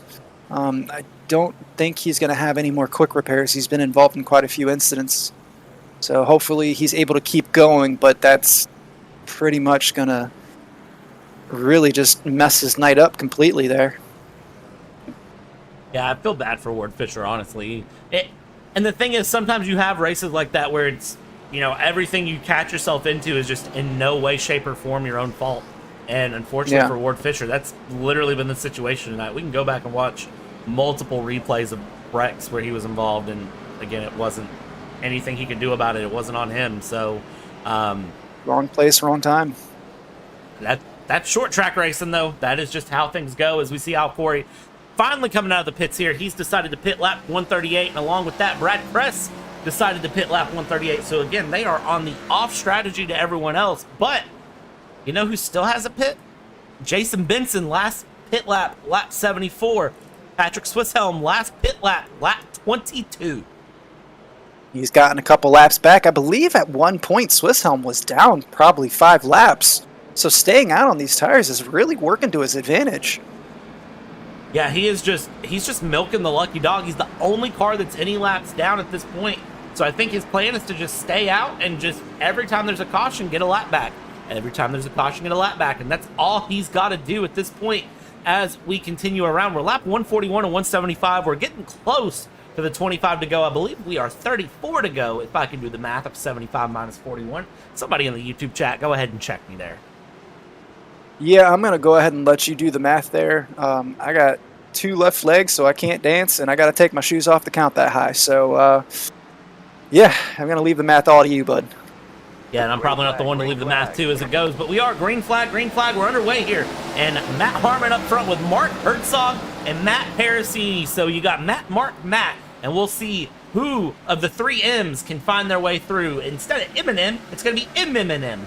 Kind of like Ed, Ed, and Eddie, but a little bit better here. As we have Herzog up the high line, Matt Harmon up the inside, and you got Mr. Parasini there in 3rd place. Doesn't seem to have the pace that he's had, but he is still trying to stay in the mix. And here's Herzog sliding a little high. Harmon knows he's there. They leave each other plenty of room. Harmon has to back out of it, and there it is. Herzog back up in the lead as we sit with plenty of time, and that is not the camera I meant to get. I wanted this camera because now you got Matt Parasini, who's challenged Harmon in that moment to get through, and here we go in 4th place. Mr. Cameron Kane is now trying to challenge up the inside of Mr. Matt Harmon, trying to get that pass done if he can. Yeah, Matt Harmon definitely got compromised a little bit, and that's what brought Cameron Kane into the equation. It looks like Harmon is able to settle down and kind of pull away, but there for a moment, his rear end really let go on him. He's able to save it, but that just opened the door there for Cameron Kane just for an instance. But luckily for Matt Harmon, he's able to keep it under control, stick it in 3rd. Now he's going to look down the inside of Matt Parasini and try to bring it right back round. And he's trying to bring it around the inside, not close enough to make it stick yet, so he does have to kind of just hold on to it, back out of it, and he will just stay single file here. But Herzog's not getting the run at all that he wants. Parasini's not getting the run at all that he wants, and Parasini's going to slide. He slides. Does he hold on to it? Oh, he gets lucky that the caution's called, and he's just got to hold the brakes, and Matt Harmon went around as well. What happened with Matt Harmon to bring Matt Harmon around? We're going to have to get a replay of that, but this is just simply going to help out Swisshelm. I think he's probably going to get another lap back here. Patrick Swisshelm probably celebrating, and I would be surprised if he pits here. Let's see if we can get a quick replay of what happened with Matt Harmon. Is this just 2 separate wrecks? I'm going to imagine this is 2 separate wrecks. They come around, so there's Parasini spinning. Matt Harmon got on the curb trying to hold on to it and had to go low to avoid Parasini, and when he came back on the racing surface, it just sent it around. So 2 separate wrecks here that had nothing to do with each other. Let's watch Parasini's wreck really quick as he goes through, and this is going to be again just around. He's holding, he's sliding, rear end's gone, nothing he can do. He's trying to throttle it, and at that point, just hold the brakes and sit still. Yeah, I think he came in too hot there, had to back out of it a little bit. That kind of upturned the balance of the car, and I think that's what sent Matt Parasini around. And yeah, unfortunate there for Matt Harmon. I think he was just made a mistake trying to get around the incident, coming off the apron there, and just kind of gave it a little bit too much on the juice and just came around. Yeah, I think it's a little bit of what we talked about with Ward Fisher trying to avoid Eric Leggeese there, is that if you give it just a little too much gas and a little too much input in these Gen 4s, they do not respond well, and they will spin real quick. And I think for Matt Harmon, this is exactly what happened. But lucky for Matt Harmon is still up in second place, it looks like. He's gotten lucky with the scoring system there. It looks like his official quote-unquote crash happened after the yellow flag, so it's going to put him up in second place still. Yeah, definitely lucky there. As we see, Parasini is back down in 10th place.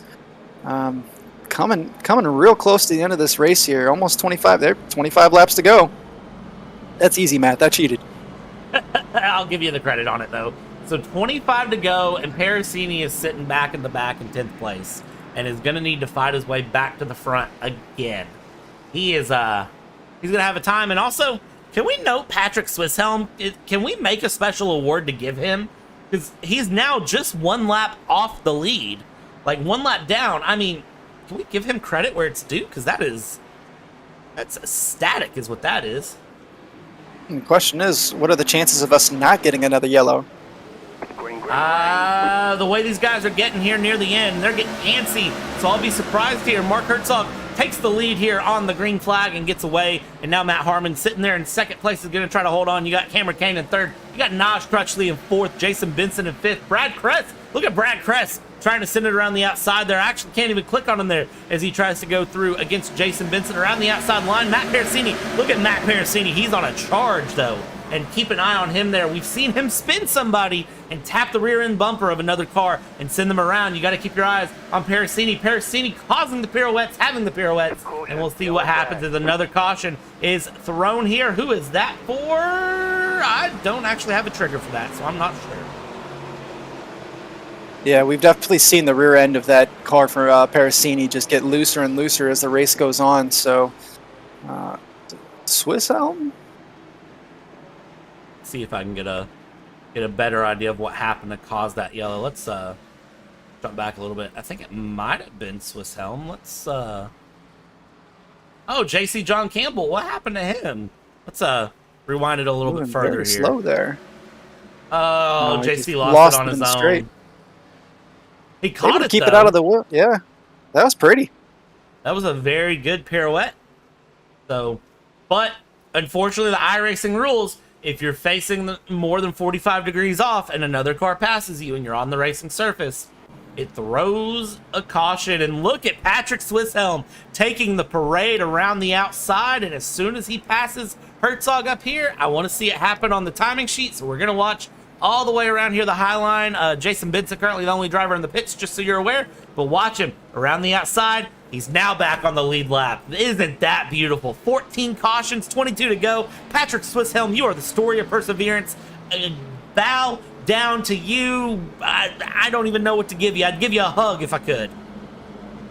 Yeah, this has been definitely a very, very, very strong outing here for Swisshelm, just to be able to just hang it out for as many laps as he has. We're getting down to 21 left to go. Got to be a great feeling. I know he was quite a few laps down. Now he's back on the lead lap with 21 laps to go. At the very least, man, he's just got to be proud of himself just for being, like you said, for persevering. It's such a tough car to drive, short track racing. It's going to be a challenge, so this has definitely been a very solid run there for Swisshelm. At one point, Swisshelm was over 5 laps down, I believe. And now he's back on the lead lap. I believe you are correct, yeah. It is legendary. That was quite a long ways ago, but he has definitely been able to stick it out and just keep going. I do. Well, we have the lights off, but I do want to jump back to your formula wing on these cars when we do get a chance. We'll make time for it. Don't worry here. Also, I want to note real quick about our man of the race, Patrick Swisshelm. Still hasn't pit since lap 22, by the way, and is now back on the lead lap with 20 to go. So that could be a Cinderella story in the making, but we'll find out here because the leaders are coming around turn 4. Harmon, Herzog, Kane, Crutchley. They are leaving each other no room. And Mark Herzog very quick to get away there with Matt Harmon up on the high line as we get going here. And Naj has to go a little loaded fin there. Is Matt Harmon leaving no room? Naj is low. Cameron Kane up there high, and they get together. That's going to be a spin. And they keep it out. They're able to keep it. Oh, they keep it just barely. How were they able to keep that from spinning? A little bit of luck and a little bit of skill is what I'm calling that as we go through here. And look at this back in the back. Tex Nichols, Cameron Kane, Patrick Swisshelm all in the background here. But man, what a save.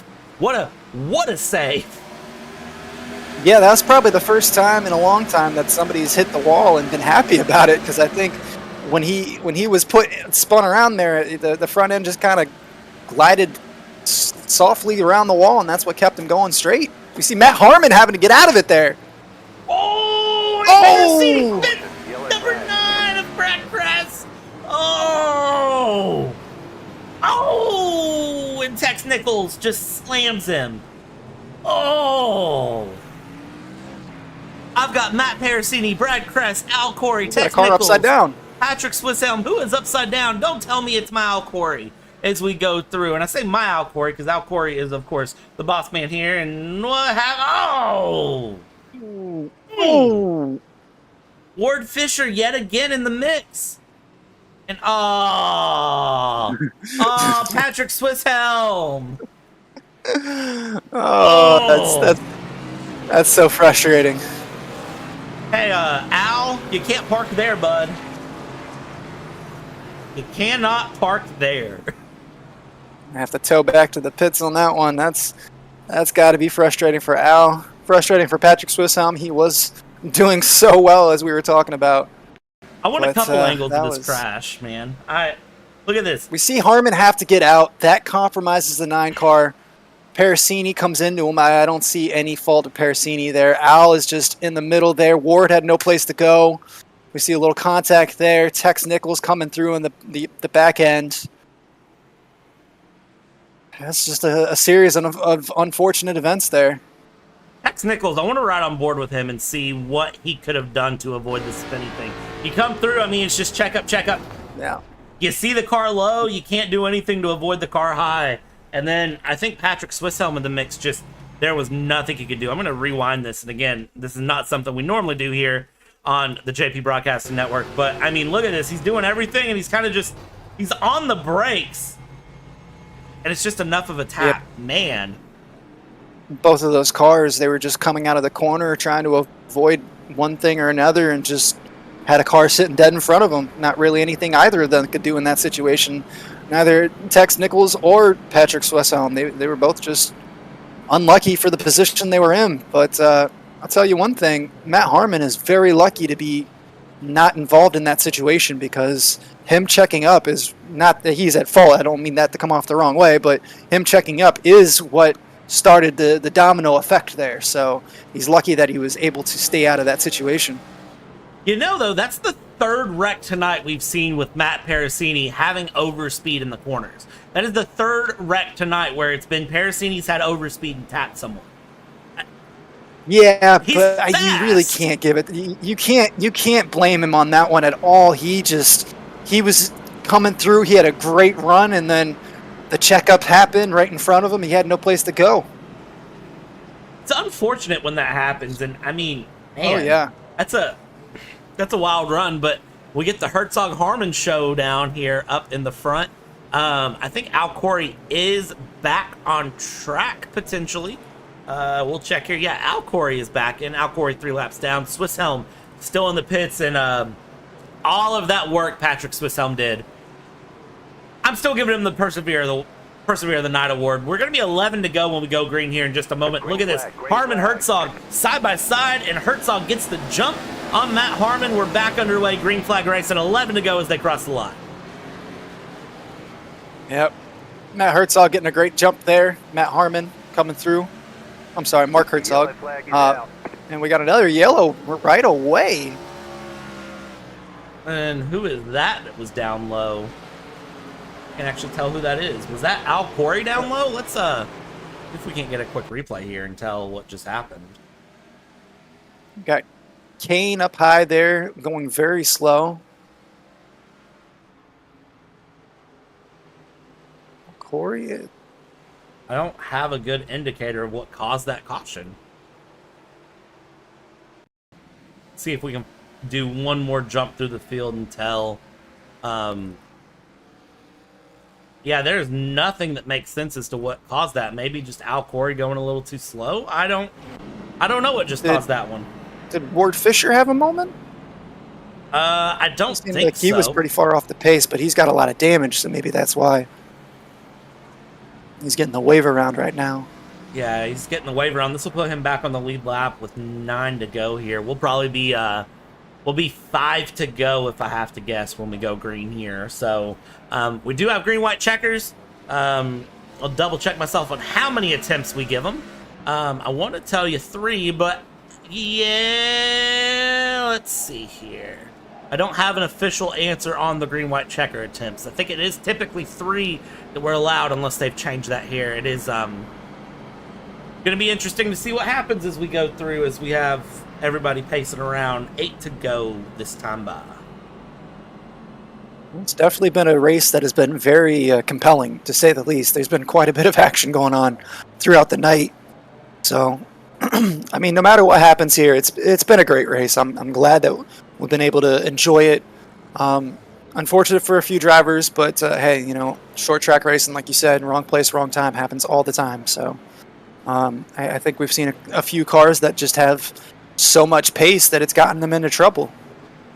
That is, I couldn't have said it better myself. We've seen cars with so much pace, it's gotten them into trouble. What a good way to phrase that as we go here. 7 to go this time by. You see that number 84 just getting out ahead of the pace car there. So Ward Fisher's still on the lead lap as it sits.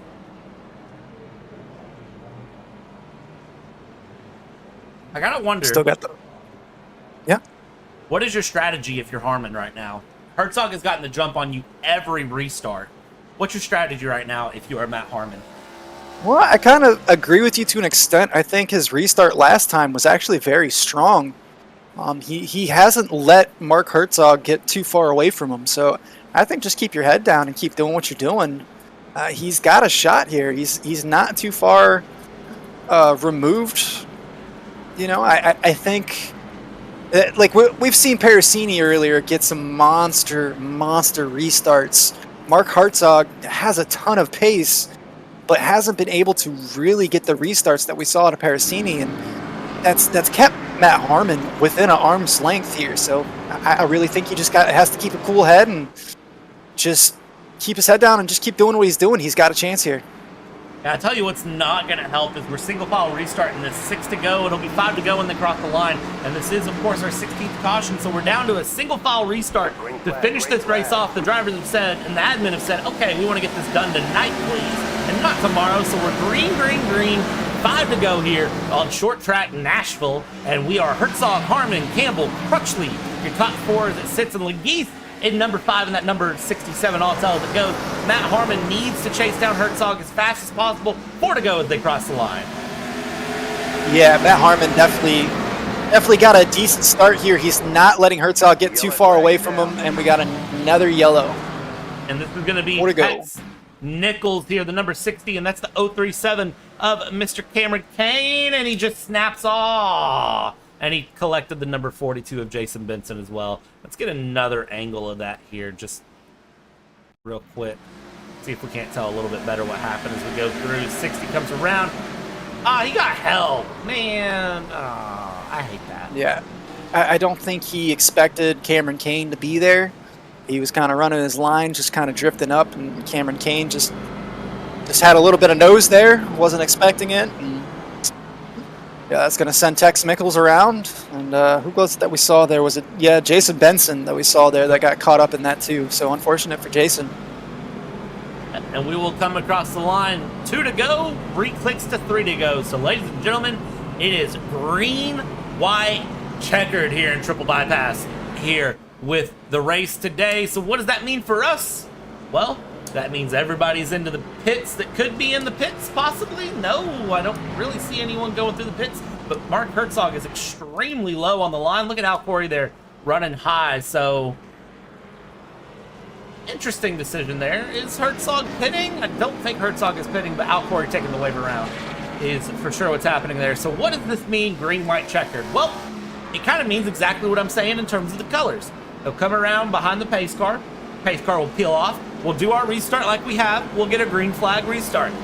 Next flag they take, will be the white flag. That's your one to go sign. And then the next flag after that finishes the race with the checkered flag.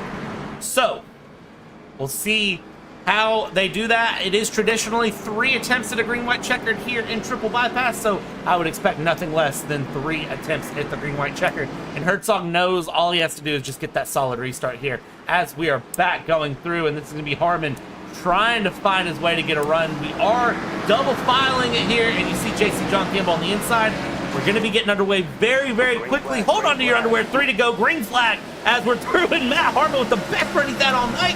When it matters the most, goes around the high line. Can he hold on to Herzog here? Is there 2x2? And it is going to be Harmon to the high line. Can he hold it? Herzog on the inside, still trying to get past him here. And it is going to be Harmon still on the high line. He loses a little bit of grip off into 3. And on the exit of 4, he has lost it. He taps the wall, white flag out. And it does look like Herzog is going to have this locked in. Yeah, that was unfortunate there. He just got a little bit too high, got into the walls. We see a big battle here. Legacy in the middle there. That's the first time I've seen 3 wide all night long. Nice to see the 9 car back up front, but as we come around the finish, Mark Herzog going to take it away. Mark Herzog leading when it matters most, makes it count. Matt Harmon, little tap of the wall there into second place.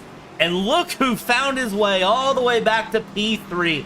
Parasini Pirouettes perseveres for P3. JC John Campbell there in 4th place when it stands. Eric Legeese takes it 3 wide on the end and has the run. Brad Kress in P6. Naj Crutchley in 7th. I want to get a replay really quick of that green, white, checkered, and I want to show you just what I was watching here in the mid-pack. Watch this number 67 get the run here with Parasini. Parasini goes through. We're going to watch this at least once here and watch them as they go. Parasini is going to shove it around the outside here. JC John Campbell. Naj Crutchley there in the middle. Naj is going to get a little loose. This is going to be backstretch. A little bit of a tap there. JC John Campbell loose. He's down the inside, excuse me. He's going to hold on to it.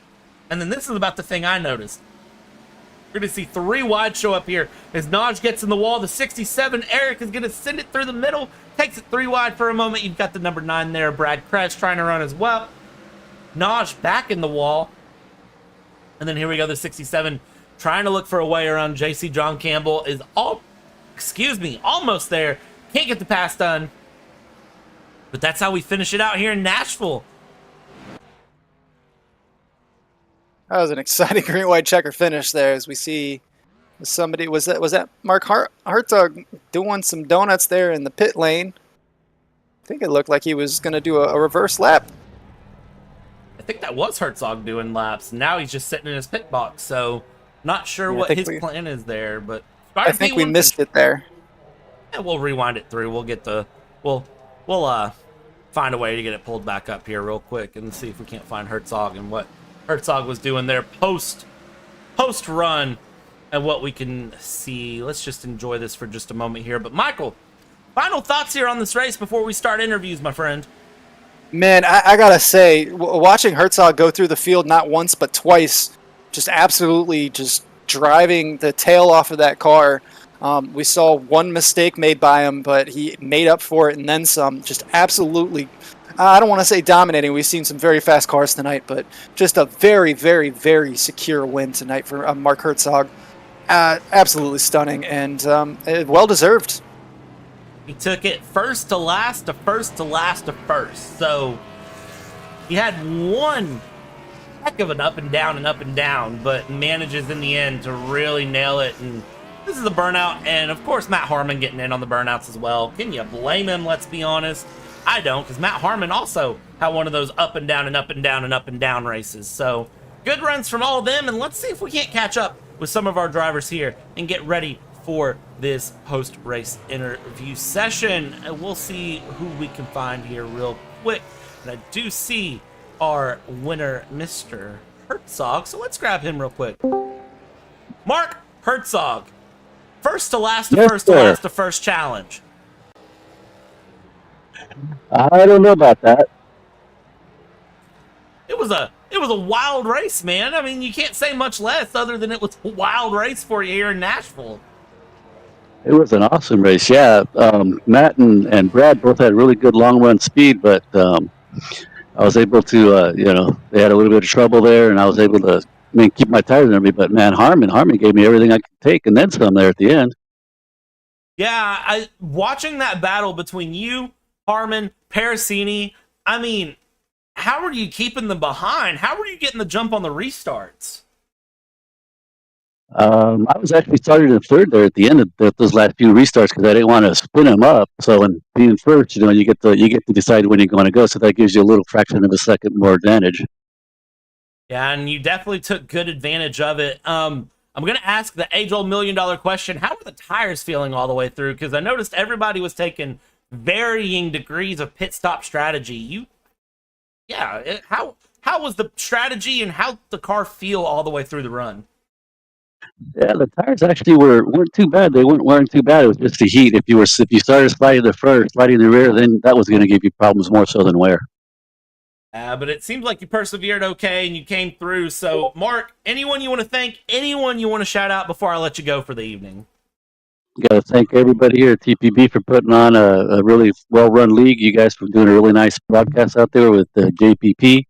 I got to thank my wife, Linda, for letting me come out here and spend some time with you gentlemen, and hope to see you guys again soon. Thanking the wife, very much the important part. So take it easy, man. Enjoy the celebrations of the victory. We've seen you do the reverse pace lap here and enjoy it. So, and we'll catch you on the next one, Mark. Thank you so much, guys. Take care. You too. All right, and from there, let's catch up with our P2 driver, Mr. Matt Harmon. And Mr. Harmon, good evening to you, sir. It was an up and down and all the way around run. You wrecked at one point, but you managed to bring it back for a P2. How's it feel? It's feeling pretty good, guys. It was a good run, and we've actually got your little Parasini pirouette imitation here on screen right now as it ran through. Kind of, there were a lot of moments of watching you battle up and down the field. It seems like everybody had an up and down race, and it was hard to tell where anyone was going to finish. Did you know you were going to finish P2 all the way from the go, up 9 places on the day? No, I honestly would have been happy with the top 10. I actually came in with 4 minutes left in qualifying and was able to jump in and turn a qualifying lap, and I was just going to be happy with a P10, but I think I had a little help with some other folks getting into some accidents early on, and just tried to take care of the car the second half of the race.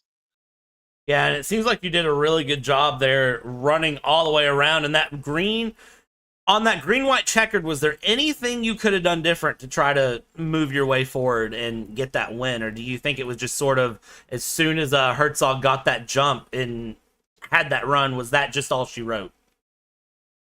Well, on that green-white checkered, I think me and him took off together pretty lockstep. If I wouldn't have overcooked it going into, I think it was turn 3 on that white flag lap, I might have been able to get around him on the outside. I think I had maybe just a little bit better tire than he did, but Mark was fast all day. I mean, you're going to have to push him to get around him. Yeah, and we're watching the replay here on screen. You did have him through the backstretch going into 3, and then it seems like even off of the green, you had him into 3, but it seems like just the exit of 4 maybe could have been what got you a little bit. I'm not sure, but either way, I don't think P2 is something to be upset about after such a difficult race. Anyone you want to thank, anyone you want to shout out before we let you go for the evening? As always, you guys for putting on yet another excellent broadcast for us, and all the admin for the TBP League and everything that they do, race in and race out, and just it was a good race by everybody. It was a little rough race, but happy with this P2. That was a good P2, and congratulations on it. And we'll catch you on the next one, okay? All right, thank you guys. Thank you. And let's catch up with the P3 of the day. Mr. Matt Parasini with the Parasini pirouettes finds his way up from the top of the field to the bottom of the field, spins it a couple of times, gets involved in a couple crashes. One of them may or may not be on screen right now. And at the end of the day, finds P3, the Canadian. How does it feel to be in Nashville and celebrate a 3rd place? You know what? I think we had the car to beat tonight, and so Really, I'm just not happy with myself. We kind of I tried some pit strategy, and then it set me back farther in the field than I was hoping, and just I don't know what happened, but when we got back into traffic, I couldn't run the same kind of line that I was running up front, and it messed me up. And I hate that I ended up getting into JC and spun him out. And I think it was after the first spin when I lost it on my own, and I nosed it into the wall. The car had some damage, and even though they fixed it, it just was never the same after that. And I couldn't drive it the way I wanted to. And yeah, to come back to third, I'm pretty happy about at least getting that done. I'll tell you right now, Matt, you had the car to beat, because at one point you were pulling seconds up in the lead on the cars behind. But that is just, I said it on the broadcast, and I'm sure if you go back and watch it, you'll hear me say it. That's just sometimes the nature of short track racing is sometimes Lady Luck just isn't on your side. Yeah. Nashville Fairgrounds and I have a absolute love-hate relationship. Either we get along and we have a good run, or she decides to bite back, and then it's a struggle the whole night. So, like I said, I'm happy taking home the third place. Just disappointed that I think we could have been the winner tonight. Yeah, definitely could have been possible. I still don't think P3 is bad, though. But kind of changing topics for a second. This is, of course, the Tennessee Storm Chasers 175. And, of course, you're running the beautiful Tennessee Storm Chasers livery. Why don't you go ahead and tell everybody a little bit about what Tennessee Storm Chasers is and kind of fill us in here, because, of course, our race sponsor isn't here tonight, but you're running the livery, so I'm sure there's some sort of a partnership there, right? Well, I talked to Ryan before the race because he had contacted me and said that he was pretty sure he wasn't going to be able to make it. And I said, if you want me to run the TSC scheme, I said, I'll happily do that for you in your sponsored race. And he agreed. And basically what Tennessee Storm Chasers is it's a fairly small group of guys that have gotten together, and what they're trying to do is they're trying to inform the people of Tennessee when we've got severe weather imminent, severe thunderstorms, tornadoes, stuff like that, and they're trying to get out the warnings and the tornado emergencies. I mean, we've had a few of them already this year down in that direction, so they're trying to get that information out to the people so that everybody can get to safety and take cover when these major storms are happening around. So they do really good work. These guys do it volunteer. But if you live in the great state of Tennessee, give these guys a follow. They're on Facebook, and they do post all the watches and warnings for the state of Tennessee. So if you need to know about severe weather in Tennessee, these are the guys you need to follow. And I will tell you right now that is appreciated on my side as a neighboring state to Tennessee. I think that is awesome. So it's awesome to see people do that and take weather awareness seriously. But it's also awesome to see you running the livery whenever our race sponsor couldn't be here. So Matt, anyone you want to thank, anyone you want to shout out before we let you go for the night? Yeah, I mean, just thanks to Ryan for sponsoring the race, and I was happy to be able to run his Tennessee Storm Chaser scheme just to make sure it got some exposure on the stream. And as always, just thank the guys at the league and Triple Bypass. We have good racing. Tonight was, typical short track racing. We'll leave it to that with a fairly loose race car. So not our most best performance, but it was still, I think, overall a good performance on a short track. And just thanks again to my wife, Leanne, daughter, Johanna, for letting me come and race with the boys. And again to you, Bradley, and James for doing the amazing broadcast for the league. Without you guys giving us this exposure and everything, we wouldn't have the number of cars and the great racers that we have in our league right now. So thank you. Awesome, and thank you, man. It's always awesome to get to be here and see this awesome league. I've raced with it. I've done different things with it. So it's great to see you guys week in, week out, keep going. But we'll let you go for the evening. It is pretty late here, 10:45 Eastern time for me. I don't know what time zone you're in, but 10:45 Eastern. And so we'll let you go for the evening, Matt, and you have a good one, okay? Yeah, you too, Bradley, and we'll probably see you on Tuesday. Yeah, well, I definitely will be there, so we'll see you. You bet. Have a good one. You too. All right, ladies and gentlemen, so I'm going to go a little off the beaten path here. I've got one thing to show you, and then we're calling it a night. Let me very, very quickly click two buttons here, and we will show you this, because This was just in the Triple Bypass Discord, and I literally haven't seen anything funnier. And this is how I want to end this broadcast. Shout out Al Corey and Patrick Swisshelm for this. Big shout out to both of you for this. And thank you very much. But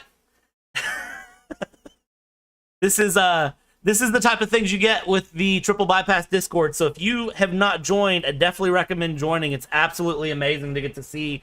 You get funny stuff like this. You get 5 Nights of Racing. Can't think of anywhere else you get that. But with that being said, on behalf of Mr. Michael David, my name is Bradley Dalton. We've taken you from start to finish here on the JP Broadcasting Network. And be sure to join us next time where we'll take you start to finish yet again.